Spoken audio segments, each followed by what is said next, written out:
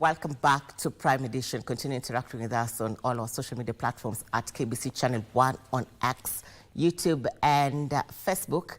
Let's now turn to Health Watch. Health Cabinet Secretary Debora Barasa now says the Ministry of Health is thoroughly scrutinizing areas that might be affected by the recent executive order signed by U.S. President Donald Trump for appropriate interventions.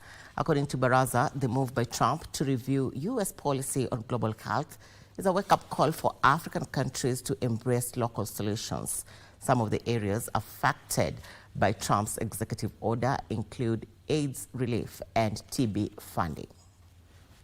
Speaking during the East Africa Region Global Health Security Summit, the Health Cabinet Secretary Debora Barasa reiterated that the COVID-19 pandemic served as an eye-opener to African countries on the need to upscale the healthcare systems. This summit is a call to action.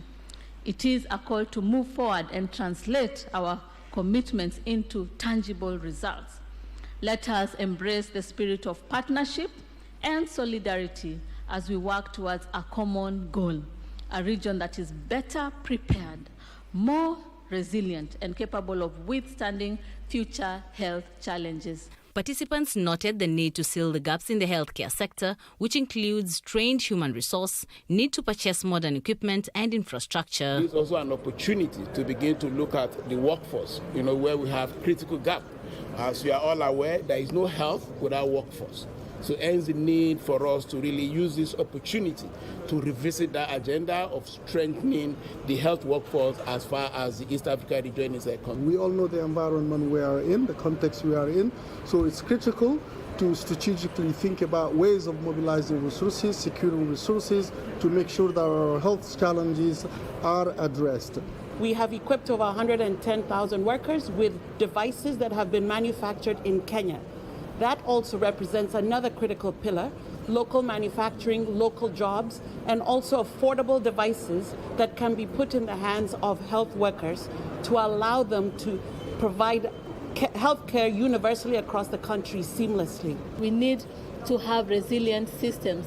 This includes having universal health coverage that is affordable, accessible, quality care to all, as well as having components of health security strengthened.